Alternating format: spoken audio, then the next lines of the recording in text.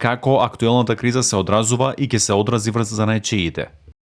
Уште сега ние се соочуваме со затварање на овие бизниси и со тешка економска криза. Ако владата не презема хитни, непромисливи чекори за помогнење на овие дејности и овие бизниси, мислам дека 50% од овие дејности ќе бидат затворени до новата година.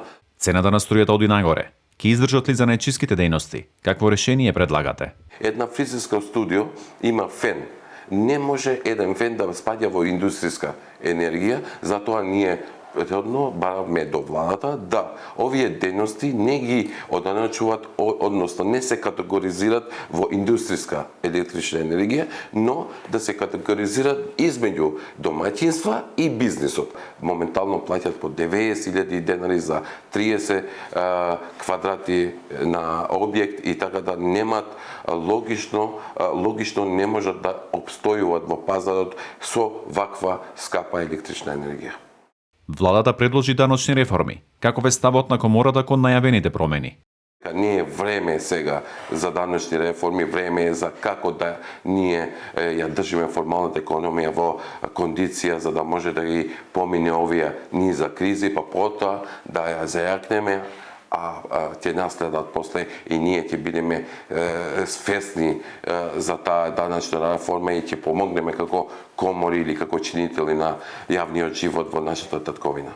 Бројни даватели на занаетчиски услуги не се регистрирани. Ке има ли регулација за тие лица?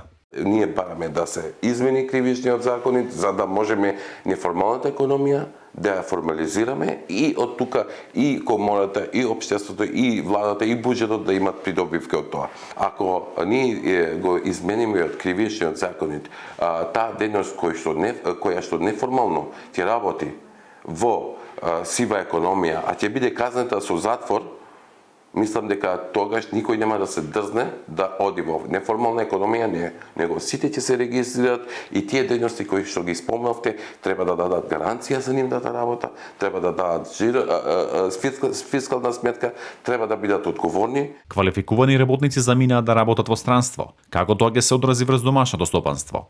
Ние треба да се грижиме за рацете. Ако ни бегат рацете во странство, ако ни се одлива тој кадар, ние нема со што да се храниме. Значи, дуалното образование моментално е видливо и произведува кадар каде што ќе ни биде потребен. Мислам, ако ни се предеа кадарот во Германија и во другите земји што оди овој кадар, мислам дека нема да имаме мајстор за чешма за волја на вистината и ако имаме, би било тоа една замена за чешма околу 100 евра. Старите занаети се белег за нашето минато, но забрзано изумираат. Како да се спасат барем дел од нив? Ова е за национален интерес за да ги зачуваме старите занаети. Ние до Министерството за култура ќе пратиме и законско решение да биде тоа трајно субвенционирање на занаети се со цел да видат младите дека можат да се запослат во тој занает и да имат бенефит од државата. Само така можеме да ги зачуваме овие стари занаети кои влегуваат и во туризмот и во културно наследство и мислам дека ќе успееме за да ги зачуваме овие стари занаети. Ваша порака до младите генерации, има ли иднина во занаетчиските дејности? Апелирам до сите млади кои што сакат да имат вакви дејности да веднаш почнат со нивните дејности бидејќи ќе бидат конкурентни во пазарот и ќе бидат исплатливи во тоа да го работат.